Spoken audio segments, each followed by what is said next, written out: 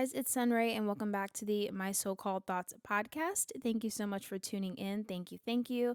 I am your host, Sunray. I'm a wife, mama, and musician, and pretty much this podcast it's exactly what the title is, My So-Called Thoughts.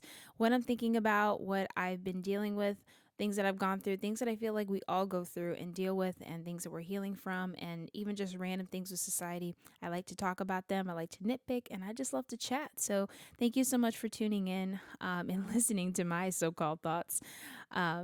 Thank you again. And wherever you are, I hope you're doing well. I hope that everything is going great for you. And if it's not, that I, hope and pray that things get better. Wherever you are tuning in on this podcast, and if you share it with someone, please share it. Please be sure to inform them that they can stream the podcast on Anchor, Apple Podcasts, Spotify, and YouTube. Please be sure to subscribe or stay connected with the platform of choice. Please leave a like, comment, review, things of that nature. I really appreciate it, and that helps a lot. Also follow the Instagram page. We got the Instagram page at My So-Called Thoughts Pod. Again, that's at My So-Called Thoughts Pod. New episodes every Thursday, typically at 3 p.m. Eastern. I feel like I just sounded like an infomercial, but I really just want to dive right in. This is going to be probably one of the longest podcasts. I really didn't know if I should break it up into parts, but I just thought about the story and I'm like, where do I stop and say stay tuned until next week? I'm like, I'm like, that's kind of just ick. I just felt like this is not that type of podcast. I feel like my previous one where I was talking about what no one tells you about, pregnancy, and then what no one tells you about labor and postpartum, that's something you can you know, chop into parts. But this, I'm like, it's such, the whole story is important. And I just think it's better together. So, however you're listening to this, whether you're at work, in the car, you're on an airplane, or you're just sitting down, grab a snack because this is going to be a story. It's a story that I've been thinking about for a long time. It is probably going to be one of the most raw, personal, and vulnerable podcasts I ever do, besides telling my family story, which I promise is coming. I sound like a broken record. I promise that'll come. But whenever I do these podcasts where I get really personal, I really have to think about how personal I want to be. And it's not that I don't want to be personal, but also there's a privacy, you know what I mean, that I still like to have for my family or friends or whatever I'm talking about. So it kind of takes me some time to really think about and process that, and then also just deciding what I want to share. So I hope you can understand that. But this one for sure is definitely going to be super vulnerable. And honestly, I struggled with if I even wanted to do this podcast. I almost didn't do it. I just kept putting it off. I didn't know how to tell this story because I'm like, it's one of those stories where I'm like, okay, well, how do I tell this story without it being received differently than the way I wanted to be received? So I had to really think about it. I had to pray about it because I can see how it can turn into shaming a specific group of people or collective, or shaming a just collective in general. And I don't want to do that because it's not the point. I don't mean to preface too long, but I feel like this is also one of the podcasts where I have to preface so much, because I don't want this to be received negatively. And it's also vulnerable and private. It's my personal experience. I'm going to be talking about a lot of personal stuff. And, there's a point that I want to get to when it comes to this story, and I want that to be the focal point. I don't want it to be something else. And like I said, I just kind of wrestled with if I wanted to talk about this for a while, but I can't help but shake that I should talk about it. And honestly, if this podcast, if it helps one person, then I would, then maybe that's what it's for. But let's go ahead and dive in. We're going to be talking about church hurt today. I know that people are listening to this that know me that probably have no idea, don't know the story. And I know that there's probably people that know me, have attended this church, are going to be able to know who I'm talking about. Just please know that while I'm telling the story is to get to the overall point of how I went through church hurt and how I've come out of it. And that is the part that's more important. So I just want to say that I'm not going to be naming any names, not even the name of the church, because that doesn't matter. Like when you think about this story, just try to have an open mind. Please try to hear me out. Stay with me because I'm going to be giving a lot of information. Um, but you know, well, let's just dive in because I know this is going to be long. Um, I also just want to say one more thing. Um, I have no angst, no regret, no anguish against the church, its pastors, staff, or anybody involved. I have a lot of love for the pastor and the church. It will always be a home for me. So much so that my husband and I, before we got planted in our church here in Georgia, we took our son back to our church in Northwest Indiana, the Chicagoland area, to be dedicated. Um, and we're so happy that we did that. And we did that a couple months ago, so that is something recent. But let's just dive in. This is a story about recovering and healing from church hurt. And I do want to say this too, because if you don't know what church hurt is, like it's exactly what it sounds like. It's being hurt by the church. And so many people have stories like this. So many people don't recover. They completely leave the faith. They completely stop believing in God, or they just find themselves like in limbo where they were hurt by the church, so they don't go to church and they're trying to get their relationship with God on track, but they don't have that community and things of that nature. So I guess I will just start from the beginning. You know, growing up, my parents, they took us to like a Catholic church. I barely remember it. Like, just to be honest, I barely remember it. And by when I was younger, I mean like 6, 7, 8. I don't even remember it. I just remember going a few times. But then later, um, when I was around like 9 years old, one of my mom's close friends invited us to a church that was pretty close by, and it was her church. And it's a mega church, which if you don't know what a mega church is, it's kind of like what it sounds like. It's a big church, and a lot of these big churches have thousands upon thousands of members. Think Joel Osteen, think Stephen Furtick. If you heard things of that, or T.D. Jakes, churches like that. And I remember the very first service I ever attended. I sat with my family in the adult service. There was a children's ministry, but I didn't go. It was our first day there, so I sat with, my parents. I even remember what I was wearing. That's crazy how I remember that stuff. Um, but either like the week after or weeks after, I don't remember, I attended the children's ministry. And I remember that day vividly. I remember I was alone, of course, because my sister's 5 years older than me. So she didn't go to the children's ministry because when I was 9, she was 14. So she obviously wouldn't go to the kids ministry. She would have went to like the high school ministry, but that they didn't do that on Sundays. They only did that on Wednesdays or junior high or whatever, young adult. And I was alone. I didn't know any of the kids. I actually remember I sat in the wrong age group section on accident. And then I met a group of 3 sisters. They were all different ages. They were so nice, and they're so cool. I wonder what they're up to nowadays, but they were so nice and so cool. I haven't talked to them in years, but we became friends. And like I said, I was around 9. I was going into 4th grade, and I remember it was like the summertime. I'm pretty sure it was the summertime. Um, Around this time, like I believed that God existed.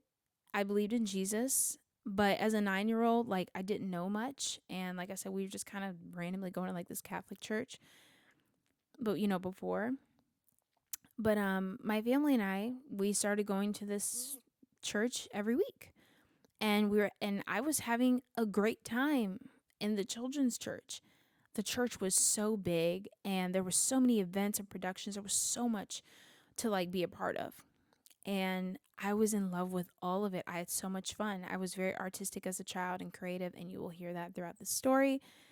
And I was learning so much, and I started to fall in love with Jesus. And like my heart was so pure and innocent.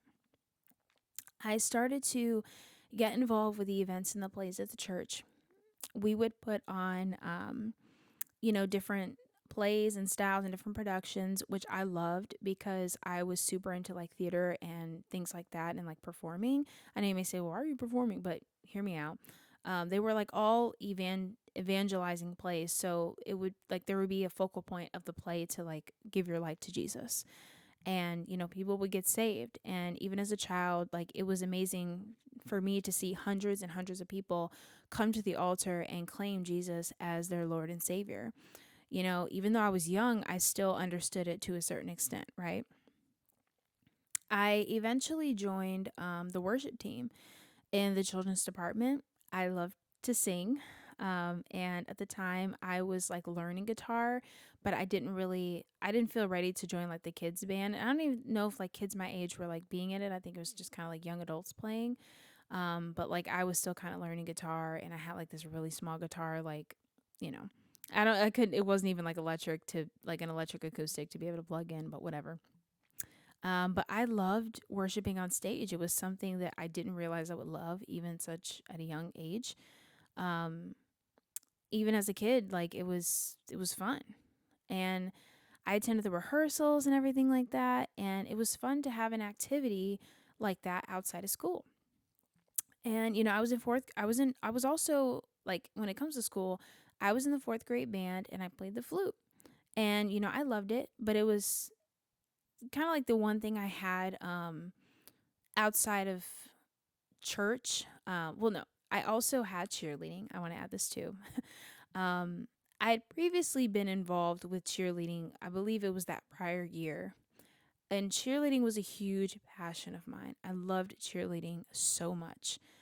But the reason why I can't remember. I think it was 4th grade. I didn't do cheerleading that year because the prior um season there was like a bunch of drama going on with like the moms and the coaches and then the girls that were the daughters of the moms, and it was so messy. And I just remember like me and my mom were like over it because it was just too much drama to the point where like cheerleading was not becoming fun, and it was like political, like it was toxic, okay? And I remember I just told my mom I didn't want to do it the following year, and I'm pretty sure that it was that year, like that school year, where I was like, I'm not doing it, because it was just messy. There was just too much. But I had one of my best friends that I grew up with. She started attending the church too. My mom had shared with her family that we started going to this church, so they started going. And I believe that she said that she was going to do cheerleading. She had never done it. Um, and she was going to do cheerleading, I think, that next year. Like that year, we're going to start going to church. And I promise this all makes sense. Um, and, I was thinking about doing it with her, but I wasn't sure because all that previous drama that I had experienced. But at church, there was talk of this children's leadership training thing going on. It was blown up, it was huge. And her and I were excited to be a part of that. Because, she wasn't on the worship team, but like she also started to enjoy the children's ministry too. And I was having so much fun at church, and there was a scheduling conflict with just like games and like practices and rehearsals and stuff and meetings for like this, kids, leadership training and cheerleading. So I had to choose, which one I wanted to be a part of. I ended up choosing church. She chose cheerleading.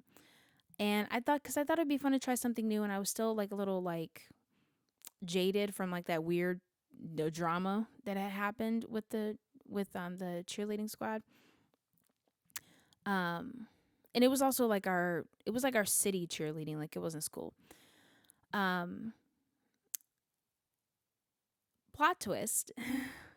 That training leadership thing never happened. It never happened. The children's pastor ended up going to be a pastor of another church, and they just canceled it. And I gave up joining cheerleading with my best friend because it was too late. Like you couldn't join like mid-season. And I was salty about that. I can't lie, I was kind of crushed. I believe I like turned 10 by then. But I was kind of crushed by that because like I had went out and I kind of risked something I loved to be a part of something that was promised and it wasn't given. Fast forward to middle school. My middle school started in 5th grade.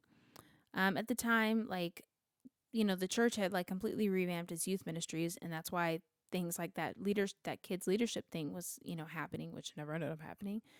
They created a separate service specifically for middle school and junior high ministry. Before it was like the children's ministry and then like young adults, which included junior high and high school. But then what they did was they actually created a separate thing. Some like high school was its own thing, children's ministry was its own thing, and then junior high, middle school was its own thing.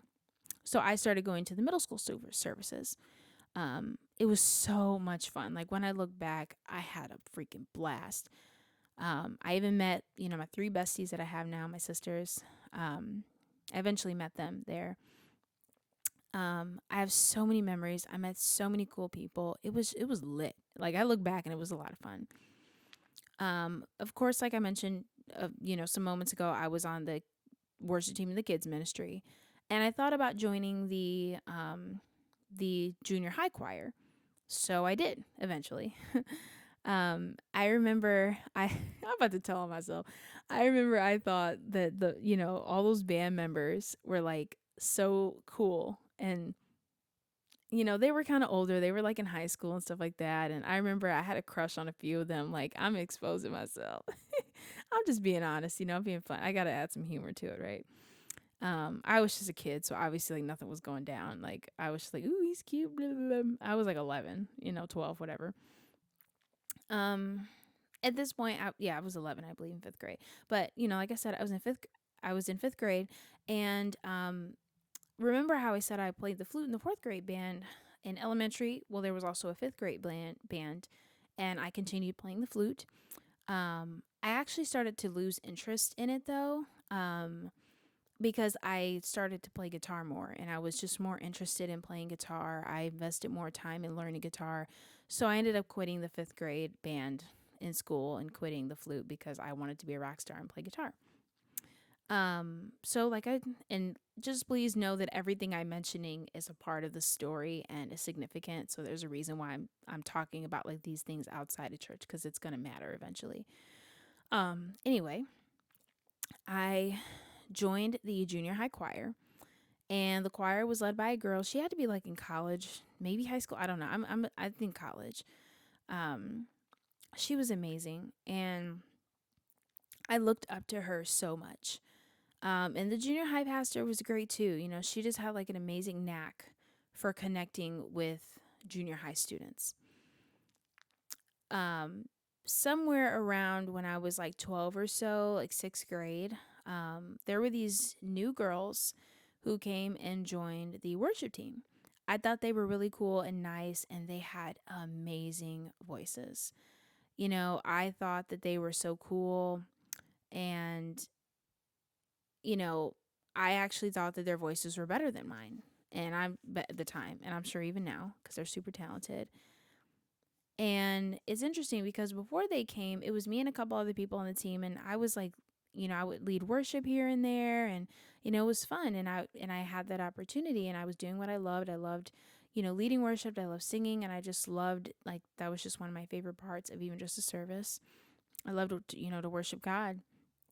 And when these girls came in, um, they were sisters. When they came in, I felt like I was pushed to the side, and not by them. Like I said, this is not them. Like they were amazing, but I felt like those like in leadership, like the girl that was over it and whoever, like I would never be put on mic anymore. I was never leading anymore, and like there was never like an explanation, or never like no one ever talked to me about it. So you have to imagine at 12 years old, like I'm young, so I'm naive. I don't understand things. I'm still kind of learning, and I didn't understand why that was happening without like any type of explanation. And you may say, well, why do you care about leading? It's not about being in the front, da da da. And it wasn't about that like at all. Like I was just young and I just wanted to be involved. And I also loved it. You know what I mean? Like I said, like when you're that young, like my heart was very pure. And I started to feel like it was because they were better than me. So I got pushed to the side. Their voices are better. I'm trash. Like, that's literally what I was thinking at that age. So, yeah, obviously just being a kid, like I didn't have the wisdom to know. You know what I'm saying? Like, you don't know at that age, you don't understand. And I just thought, like, they're better than me, and that's why I'm not put on mic anymore. Because no one ever talked to me about it or spoke to me about, oh, we're going to be giving them an opportunity, and you know what I'm saying? But anyway, later, turned 13, I started actually getting more involved with the dance team at church. Um, and this happened during like one of the productions. And I was also in junior high choir, so I'm in dance junior high choir. Doing the dance for the production as well. And, at that point, I had also left the band. So that was kind of what I was involved in at the time of my life. We would do dances like during some of the adult services. Dancing was seasonal. So it was like, it was on like certain occasions for productions and then like certain special services and stuff like that. And I love dancing. I mean, obviously, I was a cheerleader, so I had a passion for that, and I love dancing. So it was the kind of way for me to, I wasn't able to do cheerleading anymore. Well, by this time, I had just said I wasn't going to do the city cheerleading, and I would just do cheerleading when I got to, when I was older, like, because you could do cheerleading at 7th and 8th grade in my middle school. So that's kind of what I was thinking. But I was having a blast. I loved dancing, and I love dancing so much. I didn't even know that I was like good at it. I just loved doing it, and then I would get positive feedback and stuff like that. Um, Eventually, the leader of the junior high ministry worship team pulled me to the side and told me I had to choose between dancing and the worship team, and that I couldn't do both. Now, at the time, I'm a new teenager. I'm 13 years old. I'm like in, or at least I think I was about to be 13. Like, either way, I'm a young teenager, right? I'm going through puberty. Hormones are all over the place. Maybe a little attitude, no wisdom.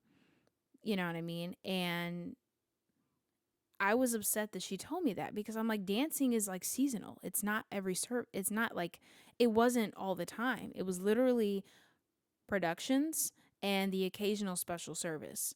Worship team was literally every week, so I didn't understand why there couldn't be a balance. I was upset that she told me that because I wanted to do it all. My parents didn't have a problem with it. Like, so why did she? Now, looking back, like, now as an adult, I understand what she meant, but I just think that there's a better way to communicate that to a kid, and to help a young child who's hungry after God and hungry to be involved and to serve in their local church and volunteer.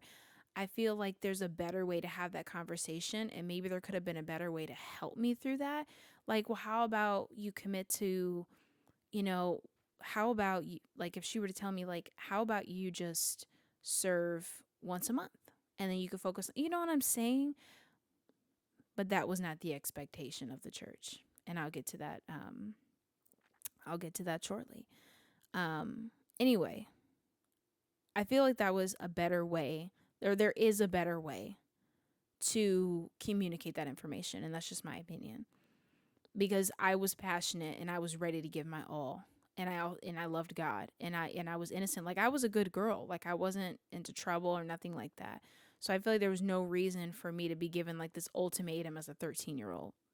You know, I remember that conversation like it was yesterday, and I even remember what I was wearing. So I quit the choir. At least I just stopped being involved. I told her I was going to focus on dance, which led me to lead my besties, but who also were attending the junior high ministry, but they were also in dance, so that's why we kind of clicked and came together. But no one could know how much that decision would affect a child. Since she had told me that, when she told me that, I took it to heart. Because also in my mind, I'm thinking, well, I'm never on mic anyway. Nothing's happening because I'm also horrible, and she's giving me an ultimatum, right? So I took it to heart and I told myself I was giving up music.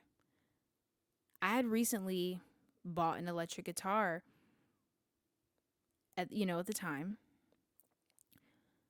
and I stopped playing it. I stopped singing. I told everyone I was just a dancer. Although dance was my passion, music was always number one. But I put it to the side because she told me I couldn't do both. And I was cynical because I wasn't being used the way that I wanted to be ever since those new girls came, which again, this is not against them. I love them, you know? And it was hard because imagine like being a passionate, young, creative, early teenager. I gave it up. It's funny because this is so stupid, but I have to add this in there for my millennials. Um, I um I had like an AIM username, and I'm pretty sure that it was like Guitar Girl something, and I changed it, made a new one to like Dancing Girl. I got to add the humor in there. I got to, you know. But it really impacted me, and I look back and I'm like, it's sad. I literally remember my guitar, my new brand new electric guitar sat in a corner for weeks, maybe even months. I don't remember. Cuz I said no. I mean, I was told I couldn't do both. And I'm a kid, you know what I mean? Eventually I turned 14. I went to 8th grade. Um I had heard that they were opening the band up to, because before it was like the older high school college guys, and they were opening up to like, hey, if you are in, if you are part of just the ministry, or just in the congregation of the junior high ministry, if you want to join the band, we're opening it up. So at the time, I kind of, you know, I got over or whatever. I put that stuff behind me and I picked my guitar back up because I was like, I love it. I don't care. So I told them I wanted to join, and the lead director had heard that I played guitar and he encouraged me. So I did, and it was lit. I learned so much about electric guitar, like power chords and stuff. I learned how to play lead guitar, everything. It was amazing. Like I was on cloud 9. And I was happy because like the dance team didn't make me choose because again, productions and seasonal or occasional special services. I could do dance. I was in the band. I wasn't singing any more on the worship team, even though I wish I could. But I was satisfied. I was happy because I was like, oh, I love this church. I love God. I'm having a great time. I was so happy. I was also super involved at school. I was doing cheerleading. I was in art club. I was in volleyball. I ended up leaving the volleyball team mid-season 8th grade. I did the full year in 7th, or the full season. Because I lost interest in it, and I was more interested in what was going on at church. I was also low key like being bullied, and that was another reason why I quit. But that's a whole nother story. But I was busy, and I loved it though. I loved it. I was so on fire for God. I was doing amazing at school. I was getting good grades. I had my besties at church. I had some friends at school. Like life was amazing. Unfortunately, though, I started to become like super religious when I was in junior high. I think it was just lack of wisdom and just lack of maturity in the faith.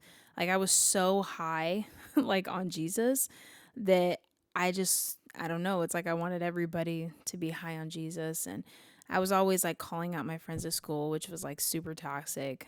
It wasn't positive, it wasn't healthy. But again, I was a kid, I was really immature, like I was just so high on the Lord. I do regret that because I was just stupid. I was what a lot of people would call like a baby Christian, just like new in the faith. Because I didn't have any like life experience that like humbles you when it comes down to, considering and talking to people about faith. And, or like stuff to teach me to like not be like that, into like being accepting. And I had to learn the hard way. So I just wanted to add that in there. Eventually, I graduated junior high, so I went to high school, and that meant I would be going to the high school ministry. I don't know why, like I can't remember, but I did eventually like join the band in the high school ministry. I can't remember if it was right away or not. I was still involved with dance as well. I also ended up getting with my ex boyfriend, and I started dating him freshman year. And I actually met him at the church. um, he was a loner and pretty much tried isolating me from like everything. But the one thing he really couldn't isolate me from was church. You know, I was older, and now at this point I was 15. And as I got older, I started, learning more and more about Jesus. And I was reading my Bible. I prayed, all of it. And also, he couldn't like separate me from Jesus. And I was so on fire for God. I loved everything I did, and I loved it all. Being involved with the church was everything. But there was this vibe of having to fully commit to everything at the church. Remember, I mentioned this, before. You would think instead of giving me the ultimatum as a 13-year-old to choose one, why not just do once a month or every other week or something? That wasn't the vibe. You see what happened when I was 13.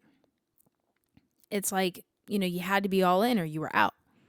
Dance was seasonal, so I could get away with being involved with other things.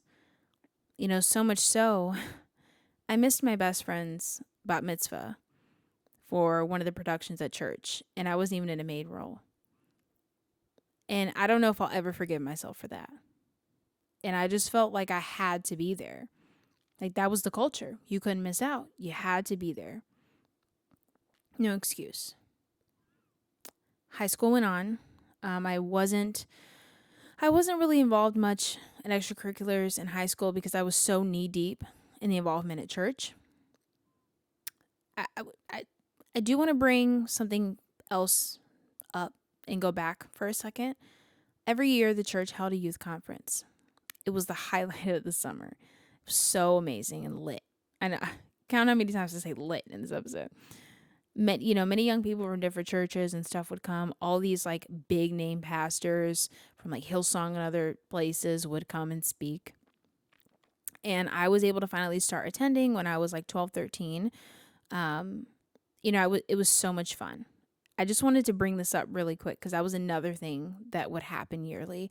I will be coming back to it, promise. Stay with me. Are you staying with me? Stay with me, okay? Anyway, I got to junior year, back to the high school. I got to junior year, me and my ex-boyfriend broke up, thank God.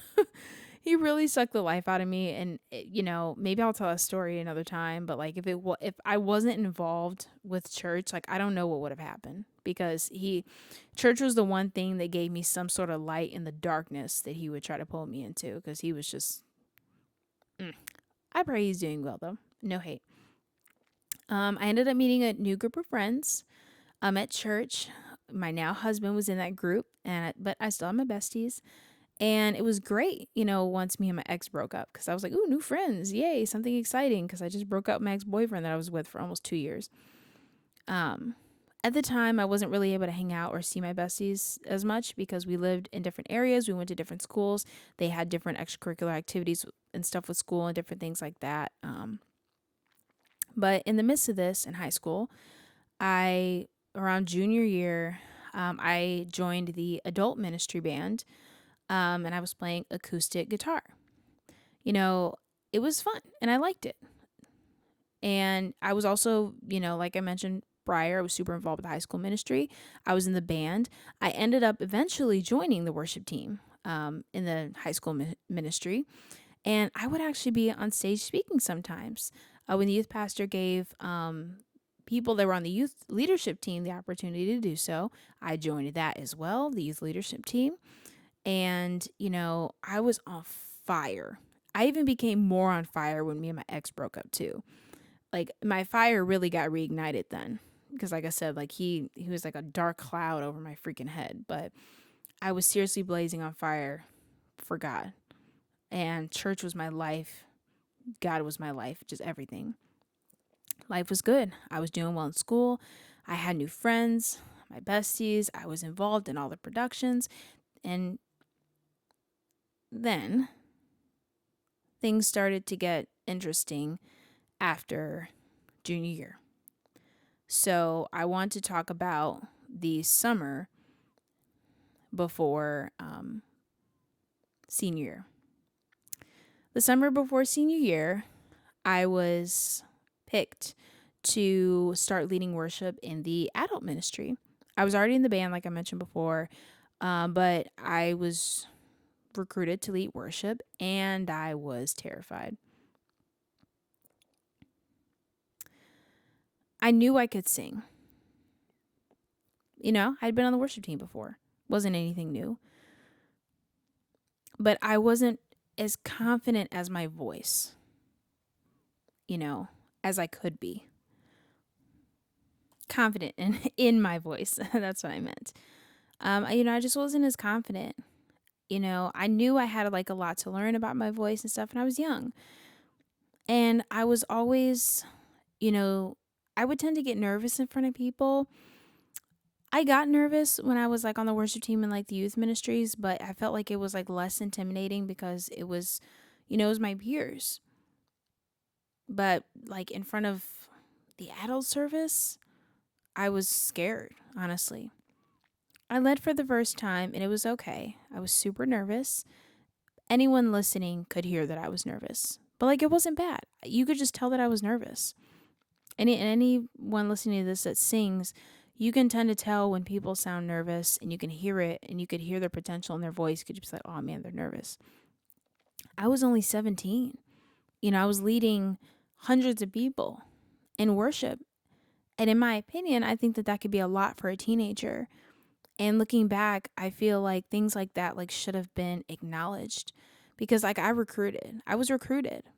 And I literally remember went on vacation with my family, and we had like this interface, an app, a website where you would get scheduled so that you would know like whether or not you would either be singing or playing in the band or something. And I remember like I literally looked at the upcoming service as I went to rehearsal after I literally got back from vacation, and my name was on there. And I was like, what the what? You know what I mean? Like that's how I found out. And then I was recruited, and after I acquired, and I do want to pause for a second though and say something. At this point, I had obviously been involved at the church for years. I was very young. I was super naive and impressionable. I devoted my life to the church. Of course, nobody forced me to do anything. But obviously, like I mentioned, I had missed a lot of stuff. I missed so many things that I like should have attended or could have attended or could have been a part of. And like there was like this unspoken element, like I mentioned earlier, of like devotion while being a volunteer, which is what I was ultimately. Like obviously I wasn't getting paid, I wasn't on staff. And I always felt like along with that there were unspoken expectations. Maybe it's due to the rhetoric that was used, I don't know. Like I even missed family events. I never took a break ever. Only when my family and I went on vacation. Now you could ask like what my parents thought about all this. I think they were just happy I wasn't like out in the streets. That's just, whatever. But anyway, that summer after junior year, and like I mentioned, I was getting involved. I was getting involved with the worship team and stuff like that, and it was a lot. But also, I was able to finally be a part of the band and worship team for a youth conference. In the past, I had performed with the dance team for conference, and that's kind of, what I would do. And then I would also attend the conference. And they would sometimes pull like the youth choir from like the high school ministry or whatever to be a part of different small things. But it was like an honor. Like everyone knew, oh, you're playing for conference or you're singing for conference. Oh, that's a big deal. Like it was such a big deal, which is, interesting. And that year's conference was lit. As usual, I remember I actually got to read a Bible verse on stage for a mini production that was happening during the conference, which was awesome. I didn't sing, but I played acoustic guitar, and it was interesting because like I said, like it was kind of like it was prestige to be able to be a part of, the being part of the worship team and band for conference. And one always had to wonder if they would be chosen for it. And like that type of stuff would make people really cynical, because they'd be like, oh, they didn't pick me, or they didn't do, da da da. And that would happen. And I'm assuming that I was picked just because I was now part of like the adult ministry and other things I don't even know. But like I said, I played acoustic. But when people wouldn't get picked, like I just said, they would become, cynical, and they would be kind of like butthurt and stuff. And it was like little things like that. Like back in the junior high worship team, being pushed to the side, needing to be chosen to play for conference. Like, I don't know. Like, speaking of like these weird feelings, I just remember, I just got a memory of something that happened when I was in 10th grade. There's this production that we would do every spring, and I auditioned for kind of like a supporting role. It wasn't a huge role. You did sing during this role, but it wasn't a lot, and I didn't get it. But hey, that was okay. Like, I wasn't butthurt. It was just like, I'll try next year, right? But you want to know why I was salty? It was because the director said I didn't get the role because I was too young. Like, if that's true, okay, I understand. But it was BS. The girl that they gave it to literally was younger than me. It's like, you don't think I know this? So it would be little stuff like that that would happen along the way that would, would kind of, it'd be like a little piece of me that would chip off each time. And I just felt like there was times where there just wasn't complete honesty in these moments. And it was just like, ugh, what is going on here? I don't know. Back to talking about the conference. After that, I entered senior year. I started, regularly being selected to lead or be a part of the worship team with the adult ministry. I was still doing all the stuff with the youth ministry. And not only myself, but there were some other young people that they recruited to be a part of the adult ministry worship team back in the summer. And other than us, everyone was like a lot older, like either older or a lot older. And I remember as a kid, like I had always aspired to be on the adult worship team. Like it seemed like such a goal. Again, it seemed so prestige. I was 17 going on 18, super still on fire for God, in love with Jesus, all of it. And I was at a place in my life where I was obviously going to have to, soon make some decision about my future, about college and stuff, what I was going to do after high school. The truth is that I didn't know what I want to do with my life. Well, I did, but I was like afraid to do it. I wanted to like do music professionally. I wanted to dance. I wanted to teach dance, maybe have dance classes somewhere. I don't know. I really didn't know. I didn't have a plan. I just wanted to work in the arts. But of course, as a millennial, go listen to episode 2, The Millennial Curse. Little plug. Those things were just not in the cards for me. So I started looking at colleges. I ended up landing on one. It was a Christian college, but I feel like it was just out of spite. It was kind of the last one on the list. It checked some of my boxes. I didn't want to know what to do. Like, I didn't know what I wanted to do, so I chose music ministry. I was obviously super involved in ministry, and I love music, so I was like, oh, that major makes sense. Okay. Things kept going on at church while I'm making these decisions. I was still super heavily involved.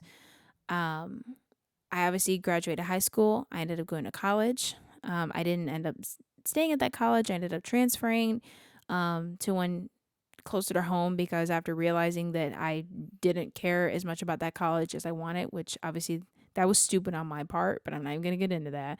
I landed on psychology as a major because I was really passionate about helping people and mental health and stuff. At the time, I was a college student. I was in a relationship with my boyfriend, who is my now husband. I was still involved in the youth ministry. I was in the adults band and worship team and the youth one as well. And it was a lot. I look back and I didn't know it at the time, but I was heading toward a burnout. And this is kind of where the story starts to change. I know that was a lot of information, but like I feel like I needed to give the backstory so that you can understand how the hurt that I felt was as devastating as it was. And it was because there was so much history and there were so many years of my life that I had devoted. But I'll get to that shortly.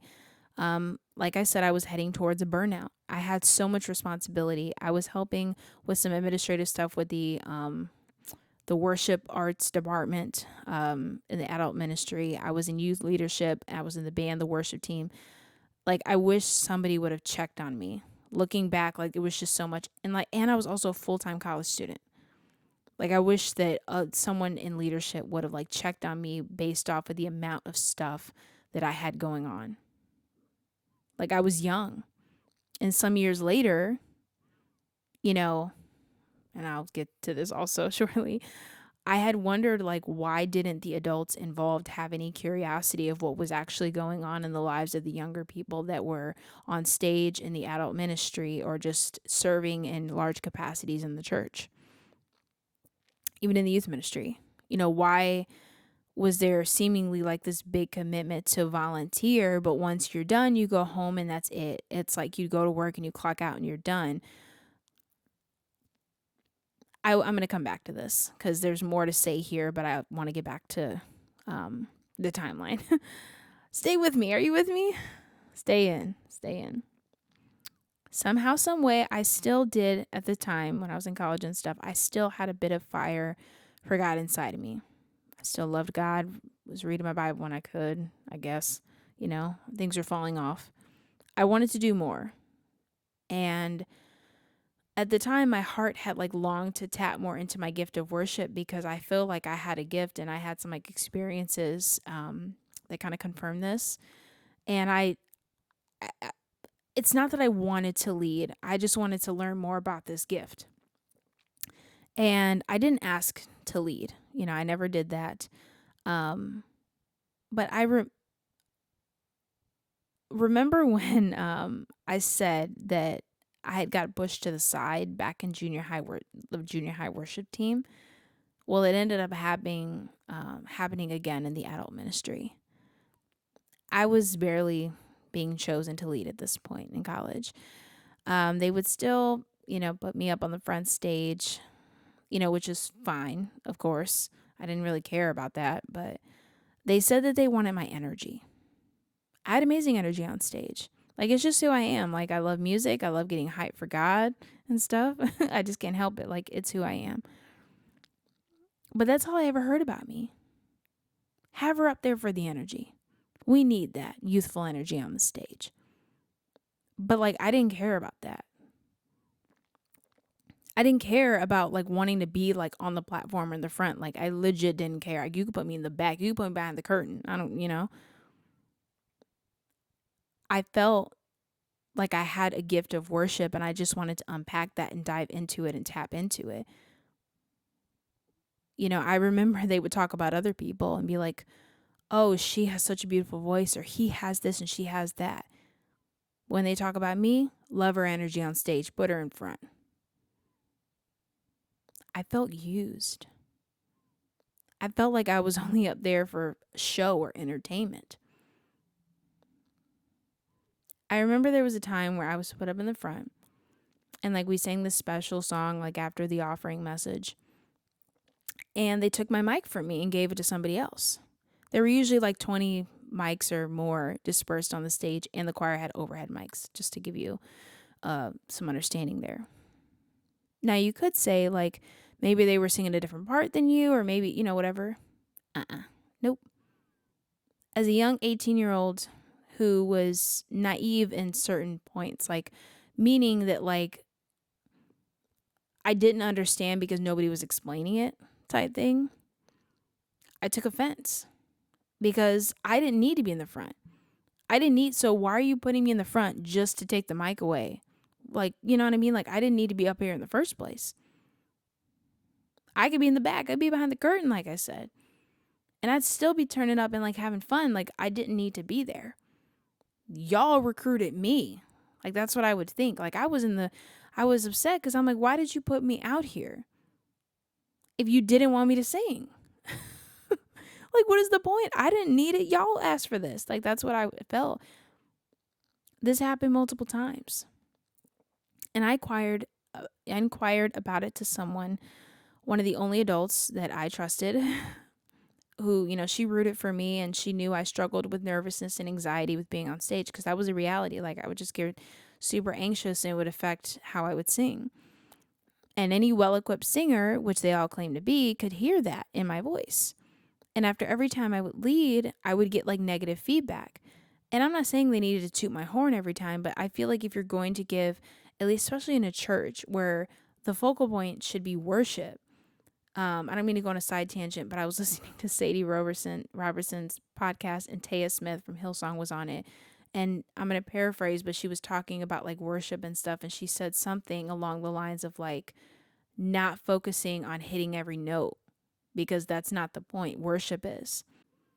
So you can imagine for me, like, worship is what was important. So when I'm thinking like, okay, well, I'm getting this negative feedback about my voice, like, if worship is supposed to be the most important part of it, which I also, even though like I would have nervousness, like I would still do my best to usher in the presence of God and worship and stuff like that, that there's a way to talk to somebody versus just telling someone they don't sound good and that they didn't do good with no follow up of how to grow and be better.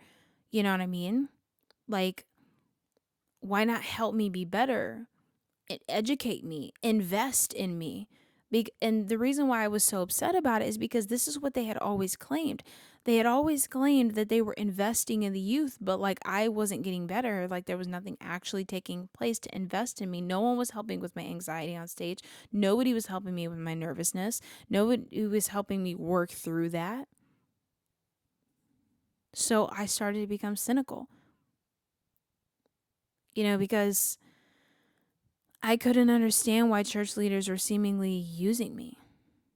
I didn't understand it. Like, I could have happily stayed in the band pit, playing my acoustic guitar. I felt like I was up there, just up there, along with like the other youth, to make things look youthful and exciting. And it eventually started to eat away at me, because all I wanted to do was tap so much into what was burning so heavily into my heart. And I told them I wanted to get better. I wanted to learn, but like nobody listened. And I also couldn't understand, like, God, why is this happening? You giving me this gift. You've spoken over me. God, why is this happening to me? I finally, I'm at this point now where I'm like, why can't I just do what I feel like my heart is burning to do, God? Why did you put me here if they're just going to use me? Why did you do this? That's how I felt. Later that year, in college, my now husband, boyfriend at the time, became one of the youth directors over the youth ministry. When the previous youth pastor had stepped into a different role at the church, there was another youth director as well besides my husband. And it's very interesting. And it was interesting, like being the girlfriend of like the youth director. At the time, like I said, I was in college and I was in more of a leadership like position in the youth ministry, because I obviously wasn't in high school anymore. And it was fun. And, my husband and the other youth director, they're so creative. We did so many great things for like the community, like just different events and stuff, and for the youth, because prior to him getting involved, the high school ministry, youth ministry, had pretty much disintegrated. And it was hard to watch, but it disintegrated to like nothing. Like nobody was attending. And, it seemed as though like the overall like church leadership, like of the entire church, like didn't care for a hot minute until someone marched into the right office and spoke up. And that's, when my husband and the other youth director were put in place. My husband was a key leader, before that. So it wasn't like random that him and like this other youth director had, were put in place to oversee it. I watched my husband slave and work his butt off for the youth, high school. If you hear me say youth in high school ministry, it's just also referred to as, youth ministry. He worked his butt off, never got paid a cent. He had a part-time job at the time, and, but he devoted everything. And he was still told by key church leader that what he was doing was not enough. We threw a big event that the turnout was so well compared to the fact that the ministry had like disintegrated. He was told by her, this is nothing. One of the previous youth pastors did better than this. Excuse me? Why does it matter? Young people are here for God, right? That's what you would think. Not only did stuff like this crush him, because he was told not only by her, but like by multiple times that he like wasn't doing enough, although he wasn't given the resources to even do what he really needed to do. But we were freaking killing it and doing so much to like to help save the souls of like the young people and bringing young people to Christ. It crushed him. And it crushed me watching it happen. I'd been going to the church for almost a decade. I'd been there longer than him. So I had seen the different changes in youth ministry and all the type of stuff, and even the adult ministry. I'd like seen all the changes happen. That youth ministry before him and the other youth director took it over, they grew that ministry from like literally 3 kids to like 60 to 75 kids each week. And they were told it wasn't enough, given no resources, given no authority or anything to do anything. And like they weren't even trying to do anything that was crazy that would require an abundant amount of like resources. They just needed support, really. They were just trying to do what they could do to grow that ministry to help the youth in the church and in the community. And we also had a really like solid leadership team. Everybody's hearts were in the right place. We loved God and we just wanted to see young people's souls be saved. It was extremely difficult. Eventually, my husband got a full-time job and had to step away from the youth ministry altogether. It was hard, but, he wanted to, they wouldn't hire him for God knows what reason. And that was another thing, too, of like, he's slaving, but like, why won't you guys hire him? Or even the other youth director for that matter, who had a full-time job at the time. So I understand why, he wouldn't have wanted to take the job, but. My husband, he wanted to get settled in life. We wanted to get married. He had goals and things like that. So he walked away and got his full-time job. As a man, he did the right thing, in my opinion. This new job, like I mentioned, caused him to not be able to be involved virtually at all in the youth ministry, or really anything at the church at the time. So he just kind of went to services when he could. As you can imagine, though, my husband being in like this director mode of a ministry, he tended to be in rooms with higher leadership, had relationships with people in higher leadership, and this caused him to learn stuff. Sometimes there were great things you would learn, and sometimes there were some not so great things.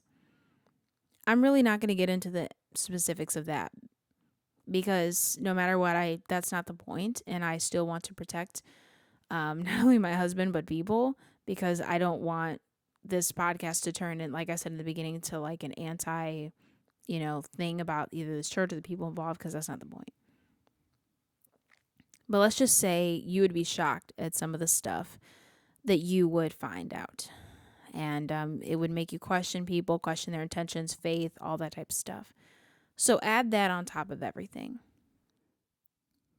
Because, of course, like my boyfriend, like he would tell me everything. We're best friends. So he would tell me. And then also he was like, what the heck with all the stuff he would learn. So he would need somebody to talk to. And the cynicism just increased. I ended up staying involved with the youth ministry until I was no longer able to because of college. I had classes during like the services. So that's why I wasn't able to stay involved because the youth ministry services were on a different day than Sundays. I continued to stay involved with the adult ministry, worship team, band, and choir, but it was becoming increasingly difficult to do so. I felt like nobody cared about me like they said that they did. I had sacrificed so much time and devoted so much of my life to the church. And that's why I wanted to give you that long backstory, because I wanted you to see how much I was devoted, how much I said, I love God and I want to do this. I wanted to make that clear, right? I had heard things I didn't want to hear, not good things. I felt used by the adult ministry choir. And it turned me into just wanting to please them and appease them, because I felt like I wasn't good enough. They were saying different things that they didn't tell me I wasn't good enough, but there were certain rhetoric and different things that, like I said, when I wouldn't do well because I was actually struggling with anxiety and different things, instead of being met with support, I was met with critique. And I think the critique is fine, but I think it should be followed with support, especially in a church, especially if you could see, well, this young girl loves God, is on fire for God. You know, let's help her work through the anxiety and whatever, right? I ended up babysitting for the pastors and the pastor's son's children. I'm just adding this in there. There was nothing bad about that. They paid me well. I loved the kids. There's nothing negative there. But I just want to add on there how like knee deep I was just into everything. I was so knee deep into everything. And it was sad because when all this cynicism and stuff that started happening, it was sad because I had nothing but love for like my pastors. It was those under them and these like these leadership roles under them that were running things awry for me, and other people too. I eventually got a part-time job in college, and I was still able to be there on Sundays for adult choir and worship. But I started to feel, like I said, I was heading towards a burnout. I was being stretched thin, and it was increasingly difficult. I could feel my light and my fire was dwindling. Like the things I found out, the secrets, the feeling of being used, that the feeling of that I saw even at a very young age of broken promises like never being met. I put so much trust in the church because it was a church, and I thought that that was the right thing to do, right? You trust the church. It's the church of God. I loved God. I thought everyone had the best intentions and everyone loved God like I did. But, we live in an imperfect world, so sometimes that's not true. I want to say this really quick too. I know that I've touched on saying that like I learned things and there were secrets and stuff. Like, please don't read too much into that. People are not perfect. That's all I'm going to say. So obviously, even when you're in a church, and I'll talk more about this in a minute, but people are not perfect. So I would just learn of like the imperfections, and some things you would, being just young and naive, you're just kind of like, what the heck? Now that I'm older and like I've gone through life, I'm not going to say it's good stuff because it isn't good, but it's more so like, okay, this is life. This is adulthood, right? But in a night, someone who's young and thinks everything is so pure in the church and is impressionable, these things were still hard, were very hard to digest, and they still, kind of are. I just don't want anyone to read too much into that comment. I ended up getting another job later in college, and I know I'm talking about college a lot, but just know like this timeline of college I'm talking about is like long. I went to college for 4.5 years, but I'm kind of breaking down like different months and years and stuff. But I got that new job, and I ended up leaving everything. I started working on Sundays, so I couldn't go Wednesdays, couldn't help out with youth, even if I wanted to go back. But I was so burnt out from everything that I almost didn't care that I couldn't be there anymore. Like my trust was broken at this point. Nobody invested in me like I had invested in my time there. I'd given up so much. I given so much of my time, and no one gave a crap. I was just another body. That's how I felt. And I just felt like I was another person on the stage. I thought I mattered, but then I felt like I didn't after these things. I thought I was making an impact, but then I ended up feeling like, well, I'm replaceable.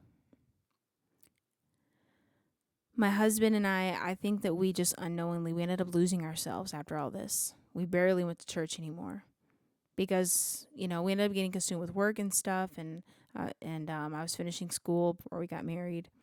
But after everything that we had been through and just the burnout of, us loving God so much and giving so much, but then either being told that we weren't good enough or just not given the resources or not being valued or not being invested in, it just started to take a toll on us. My fire for God was nothing but a small little flame at this point, barely existing. I still believed in God, of course, but I was so hurt by all of that I had given, again, my entire life to the church. And then when I get to the point where I'm thinking, okay, I'm in the adult ministry, this is great, everything just kind of went. I was hurt that I had given my whole life. I felt like I wasted my time and I could have been doing something else. That's how I felt. I'm being very honest here. I felt like I had pushed off other dreams. And because there was this culture in the church that if you give your all, somehow God will blow you up in a big way. The culture was that if you gave everything, God would do something big for you. It was unspoken too. Like, it wasn't like they would actually preach this, but it was like the rhetoric was around this. But in the Bible, it says, where you are planted, you will flourish. And like, God does bless those who give their lives to the kingdom, but like, that's not the way that it was being, like the rhetoric that was being spoken. There was this unspoken like culture or like spirit in the church that made people think that they would become huge and that the church would somehow launch you into your dreams. And I fell into that and I believed it. So along with all the type of stuff that was going on, I felt like my dreams are going to come true if I do this, and God's going to launch me into this if I just stay faithful. When I was at the church, I got prophesied over by many different people over 5 times, confirming things I knew about myself, other dreams I had. So like, I believed them when they said like committing myself would like see this through, and like your faithfulness would see it through. The sad truth was that, the church, it wasn't a launch pad at all. No, and I'm not trying to like, I'm just trying to like state the facts, okay? From what I know, nobody had gone off to be like the successful and being like launched by the church. Like, that was just the reality. I'm not trying to nitpick of like what people have done. I'm talking about that the people that I was around that were fed this, no one had gone off and like the way that they were spewing it, like that it wasn't happening. It's like we were like, oh, you may even be able to be the next Hillsong, free allegations, or any other large church groups, or you may be able to go off and do this and you're like, what's sad is that every single young person that served with me, almost all of them have left the church. I know some would go to other churches, moved away, whatever. I pray that, they haven't, gone far from God. But I'm sure they got burned out like I did. Eventually my husband and I got married. I graduated college, and the pastor of the church married us, which we wanted. And outside of the madness, we had gotten close to, him, and we loved him, and we still do. And, we were happy and honored that he did it for us. Again, this is why we took our son back to be dedicated. And I'll get to that later. After we got married, I got really busy with work. We both did, and we never really had time for church. We were always both working on the weekend, and we had just ended up not having time for God. We were just so burnt out that any efforts or anything towards anything God related, and it sounds horrible, we hadn't given it the way that we should have. We actually had a close family friend who used to go to the church and worked at the church and was really like closely involved with upper leadership and pastors and such at the church. He ended up leaving the church like years before we did, like, and before we like faded off into like not going, for his own reasons I'm not going to get into, but it wasn't let's just say it wasn't a positive exit. And that other youth director that accompanied my husband with being a youth director in the high school youth ministry, he also left the church. And those two close family friends who also knew each other and were friends, they started going to a different church. After my husband and I got married, some time after that, we finally sat down and started discussing like our like disgruntledness with how we felt about the church and how we were hurt about everything that happened, about how like had given our all and nobody freaking gave a crap, and we were completely discouraged. And we had given so much of our time and stuff, our energy, broken promises, lies, people in power who were also living like completely in unrepented sin, and nobody cared. Which, if you don't understand what that is, like, we're not perfect. We sin daily, but you should at least be striving to be better. And if you're struggling with something, at least you're striving. But there were people that were in power that like lived completely opposite lives of how the Bible says that you should live. And like, it didn't matter that they were living that way. So like, there was so much stuff that we couldn't comprehend that just messed with our mind. And we were just like, God, this doesn't make sense. Like, either why would you allow this, or like, why is this happening to us? And then that's where we also started struggling with our faith as well. Um, you know, the truth is that we had become so busy with like volunteering our butts off, trying to be adults, like adulting and stuff, and work and trying to keep up with family relationships. We lost that fire, like I mentioned, with God. And we didn't have time for him the way that we should have. So we thought, well, maybe we'll try something new. So we stopped going to our home church and we joined those other two family friends at their church because we didn't know what to do. We just felt like we needed to do something. A lot of the stuff that happened, we just couldn't forgive because we're like, why is this happening, God? I would imagine like my husband would be like, okay, like, Lord, you put me in place over the youth ministry. They're not giving me anything. And someone in power tells me I'm not good enough and all this type of stuff. And we just were burnt out. Like, we couldn't let go of what happened. We were angry. We were hurt. We were upset. We had love for the pastor in the church, but we had issues and opinions on the leadership that had discouraged us and everything of that nature. And we were broken because of it, because the stuff just didn't make sense to us. Looking back, I didn't realize at the time how broken I was. That church was it was all I knew. I started hardcore volunteering when I was like 9 or 10 years old. I was a child. I had given up outside opportunities. I remember for like several years, I was at some type of rehearsal or service during my birthday, which isn't a bad thing. Like, my birthday would fall on that day to either have rehearsal or church, and I didn't mind at the time. You know what I mean?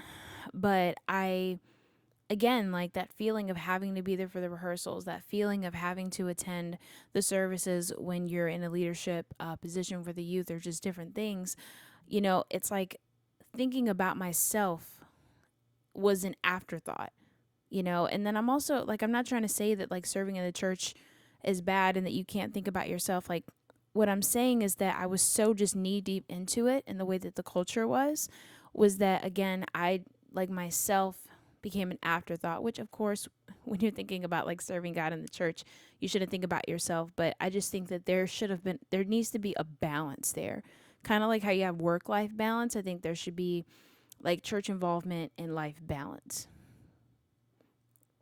I loved God so much.